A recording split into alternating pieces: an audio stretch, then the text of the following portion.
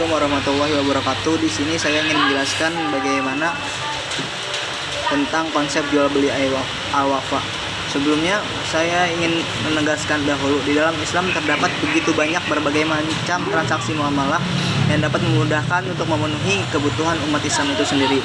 Salah satu transaksi yang akan kita bahas dalam muamalah adalah jual beli. Jual beli merupakan, apa itu jual beli? Jual beli merupakan tukar menukar harta dengan harta melalui cara tertentu atau menukarkan barang tersebut dengan sesuatu yang lain yang bernilai dengan cara melepaskan hak kepemilikannya dari yang satu kepada yang lain atas dasar kerelaan dengan ijab dan qabul, yang mana pertukaran tersebut berdasarkan penjelasan ulama. Menurut ulama Malikiyah, Syafi'iyah, dan Hanbaliyah, jual beli adalah saling menukarkan harta dengan harta dalam bentuk pemindahan kepemilikan. Pendapat mereka tersebut menekankan kata kepemilikan karena ada tukar menukar harta yang tidak memiliki akibat kepemilikan, seperti halnya sewa menyewa. Berdasarkan pengertian yang setelah saya sebutkan, dapat dikatakan bahwa jual beli adalah suatu perjanjian yang dilakukan oleh dua orang Islam tukar menukar antara dua pihak, yang mana satu pihak memberi dan satu lagi menerima suatu hasil perjanjian tersebut. Islam berpendapat bahwa jual beli menjadi suatu sarana tolong-menolong antara sesama manusia, karena dalam transaksi jual beli tidak hanya dilakukan untuk mendapat keuntungan semata, namun juga dengan unsur saling membantu sesama. Dalam jual beli terdapat dua pihak, yang mana satu pihak memenuhi kebutuhan dengan menjual barangnya yang dibutuhkan pembeli, sedangkan pihak lain memenuhi kebutuhan yang lain.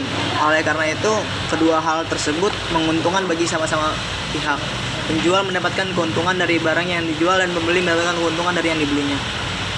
Islam menetapkan aturan yang komprehensif dalam bidang ekonomi. Banyak transaksi yang dapat dilakukan oleh setiap orang dalam bermuamalah. Selama transaksi tersebut sesuai dengan aturan dengan Islam, seperti jual beli, gadai, pesanan lain, dan lain-lain. Dengan perkembangannya zaman tersebut, jual beli pula semakin berkembang. Salah satunya adalah bai al-wafa. Bai al-wafa adalah jual beli yang dilakukan oleh dua pihak yang disertai dengan syarat bahwa barang yang telah dijual tersebut dapat dibeli kembali dengan harga pertama sampai tenggang waktu yang telah ditentukan tiba. Jual beli dalam Islam begitu banyak menggunakan skema karena untuk mempermudah pembelian dan penjualan dengan cara yang baik dan benar. Sepertinya halnya seperti akad salam, murabahah, ataupun istisna. Rumusan masalah. Saya di sini akan menjelaskan bagaimana rumusan masalah. Sebelum masuk pembahasan lebih lanjut, saya ingin menjelaskan yang terjadi pada akad bai al-wafa masih relevan pada zaman sekarang. Bagaimana sejarah akad bai al-wafa? Secara bahasa, saya akan menjelaskan secara bahasa atau etimologi, yaitu bai al-wafa berasal dari bahasa Arab, dari kata bai al-yabi'u, yaitu memiliki. Artinya dapat dimaknai dengan kata ishtaro yastari, yang mana sering untuk digunakan pada muamalah sehari-hari yang bisa dipahami dengan jual beli. Maksudnya ialah menjual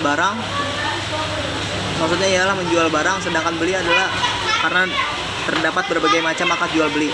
Sedangkan kata bai al-wafa ialah perpindahan kepemilikan kepada orang lainnya dengan dilakukan pembayaran harga barang tersebut.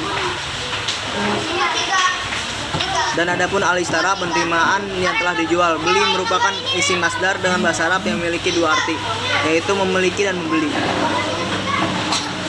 Oleh karena itu, secara etimologi, bai al-wafa adalah transaksi jual beli, sedangkan wafa itu sendiri memiliki arti menunaikan hutang atau pelunasan. Secara etimologi, merupakan jual beli yang dilakukan oleh kedua pihak, yang lebih pelaksanaan terjadi diikutsertakan dengan syarat bahwasannya suatu yang telah terjual dapat dibeli kembali oleh pihak yang pertama.